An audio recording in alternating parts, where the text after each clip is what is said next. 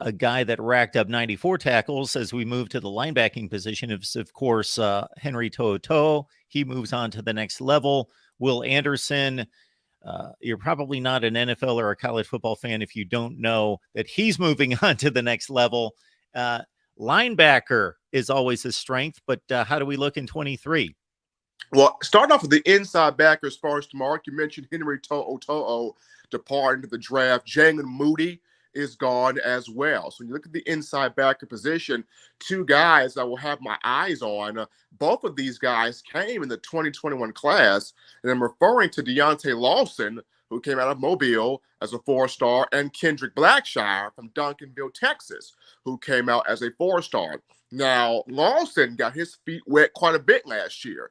Made a ton of plays from that weak side backer position. Coach Saban really trusts his ability, his instincts, the talent he puts on the field, and the work ethic that Lawson has to want to be the best. Now, Kendrick Blackshire was the backup Mike linebacker to Henry To'oTo'o and actually grabbed quite a bit of the playbook and could have played a lot more last season. Unfortunately, Blackshire suffered a hand injury, so he missed 4 to 5 weeks, but now he's healthy.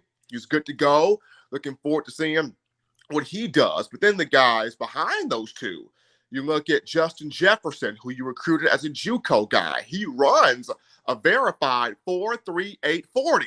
And that type of speed I kind of want to see in spring ball. You look at Sean Murphy, Jihad Campbell, two guys you signed in the 2022 class. I got a lot of work in those bowl prep practices for Kansas State. Kind of want to see the growth of those two. How much of a step have they taken? You got Ian Jackson, who you signed in the 2020 class. Kind of want to see how he's developed, how he's grown. You even brought in Tresman Marshall, a transfer from Georgia, who brings a lot of that toughness, that physicality, that mindset that Kirby Smart instills to his players. So that inside linebacker position going to be very intriguing to see who starts in both of those positions, Mike and Will. Deontay Lawson will start. I think in either one of those two. But who plays next to him? That will be the question. Now, at the outside backer spot, yes, you lose a man. Yes, you lose a tremendous talent. That is Will Anderson. I mean, the man behind Derek Thomas, the second best pass rusher to come through of the Alabama football program by the statistics, by the numbers. And Anderson will be a top 5, top 3 NFL draft pick. Doesn't matter where he lands, he will go in the top 5. So you look at who replaces that. Dallas Turner returns. He's in his 3rd year, a money year for him. His freshman year, Dallas Turner, he did have 10 sacks and made the all-freshman team for the SEC, and then the freshman All-American team.